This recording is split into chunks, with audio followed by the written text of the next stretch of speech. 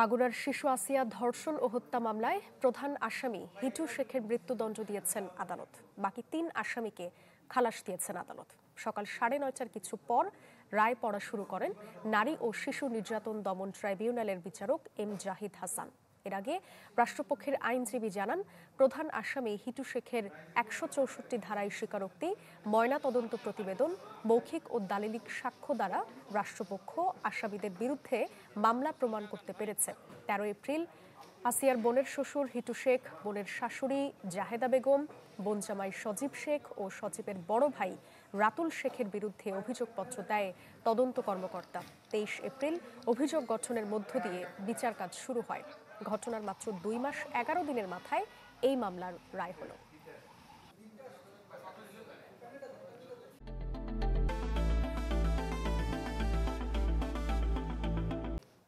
দর্শক, এই মামলার রায় নিয়ে ব্রিফ করছেন জ্যেষ্ঠ আইনজীবী এহসানুল হক সমাজে। আমরা সরাসরি যাচ্ছি সেখানে।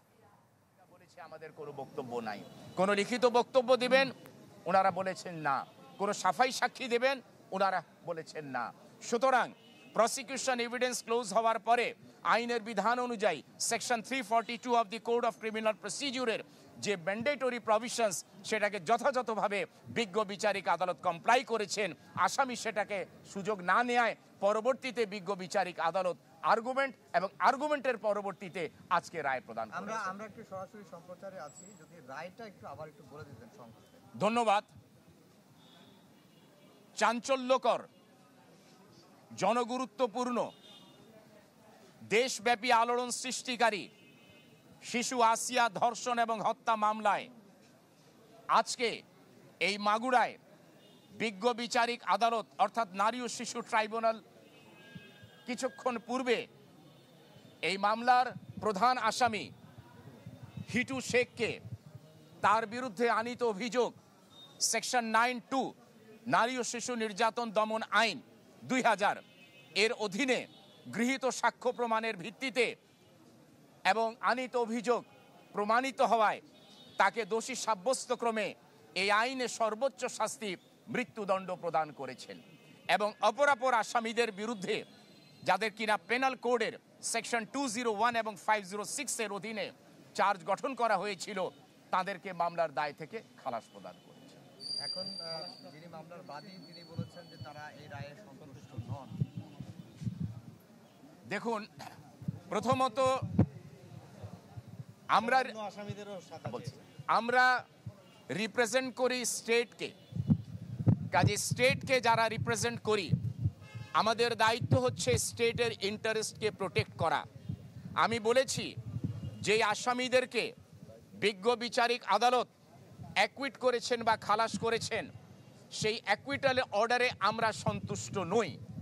আমরা সেই রায়ের কপি সংগ্রহ করে সেটাকে পর্যালোচনা করে সংশ্লিষ্ট কর্তৃপক্ষের মাধ্যমে যথা নিয়মে এবং সংশ্লিষ্ট কর্তৃপক্ষ কর্তৃক উপদিষ্ট হলে বা ইনস্ট্রাক্টেড হলে উচ্চ আদালতে আপিল দায়ের করার সুযোগ রয়েছে।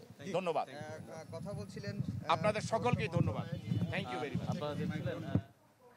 দর্শক, মাগুরার শিশু আসিয়া ধর্ষণ ও হত্যা মামলার রায় নিয়ে ব্রিফ করছিলেন জ্যেষ্ঠ আইনজীবী এহসানুল হক সমাজি। আমরা সরাসরি ছিলাম সেখানে। দর্শক, এ নিয়ে আরো তথ্য জানতে আমরা এখন সরাসরি চলে যাব মাগুরাতে। সেখানে আছেন আমাদের সহকর্মী তৌহিদুর রহমান। তৌহিদ, এই রায় নিয়ে আসিয়ার পরিবারের সদস্যদের কোনো প্রতিক্রিয়া জানতে পেরেছেন কিনা?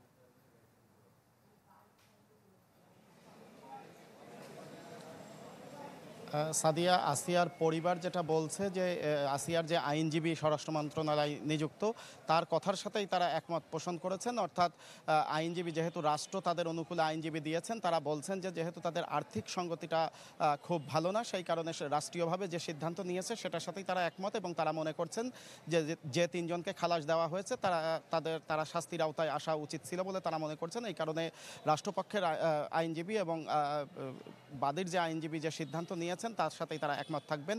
এবং সকালে তারা যেটা বলছিলেন যে এই হিটু শেখের কঠিনতম শাস্তি এবং অন্যদেরও শাস্তি চান। হিটু শেখের শাস্তিতে তারা সন্তুষ্টি প্রকাশ করেছেন এবং তারা বলেছেন যে যেহেতু আমার মেয়েকে ফিরে পাবো না, কিন্তু তার যে খুনি, তার যে ধর্ষক, তার যে কঠিনতম শাস্তি হলো তাতেই তার আত্মা শান্তি পাবে এবং আমরা কিছুটা হলেও স্বস্তি পাবো।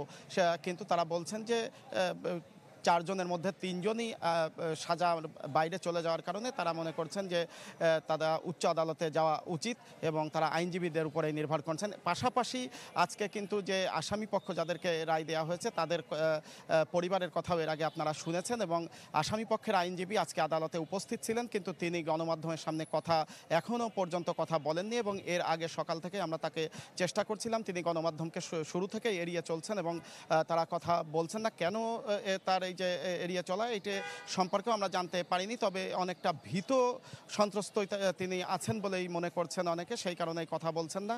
তবে মাগুরার যে সাধারণ মানুষ বা যারা আন্দোলন করেছিলেন এই হত্যাকাণ্ডের পর বিচারের দাবিতে এবং সারা দেশে যেই আলোড়িত ঘটনাটি হয়েছিল এই মামলার রায়ে তারা সন্তুষ্টি প্রকাশ করেছেন। একই সাথে তারা আরেকটি কথা বলছেন যে এই মামলার রায়ের মধ্য দিয়ে একদিকে যেমন সুবিচার নিশ্চিত হলো, তখন পাশাপাশি আরেকটি বিষয় আইনজ্ঞরা বলছেন যে বাংলাদেশের মামলার যে রায়ের ক্ষেত্রে দীর্ঘসূত্রিতা, তদন্ত বা বিভিন্ন জটিলতার কারণে সেই দীর্ঘসূত্রিতা না করে অর্থাৎ আন্তরিকতার সাথে তদন্ত এবং সরকারের কঠোর তদারকির মধ্যে থেকে যদি তদন্ত করা হয় এবং দ্রুততার সাথে কাজ করা হয় তাহলে দ্রুত ন্যায় বিচার প্রতিষ্ঠা হয় এবং অল্প দিনেই বিচার নিশ্চিত করা সম্ভব হয় বলে সেই উদাহরণ আজকে কিন্তু মাগুরার এই আদালতে মিলেছে। অর্থাৎ ন্যূনতম 15 কার্যদিবসের নিচে কোনো মামলা নিষ্পত্তি হওয়ার নজির এটাই বাংলাদেশে প্রথম বলে এখানকার আইনজীবীরা বলছেন এবং তারা বলছেন যে এইটার মধ্য দিয়ে সারা দেশে এটি উদাহরণ হিসেবে কাজ করতে পারে। একই সাথে আসিয়ার মৃত্যুর ঘটনাকে কেন্দ্র করে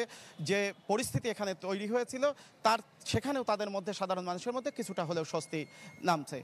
এই ছিল এখানকার সর্বশেষ পরিস্থিতি। তৌহিদ, ধন্যবাদ আপনাকে। মাগুরা থেকে যুক্ত হয়েছিলেন সহকর্মী তৌহিদুর রহমান।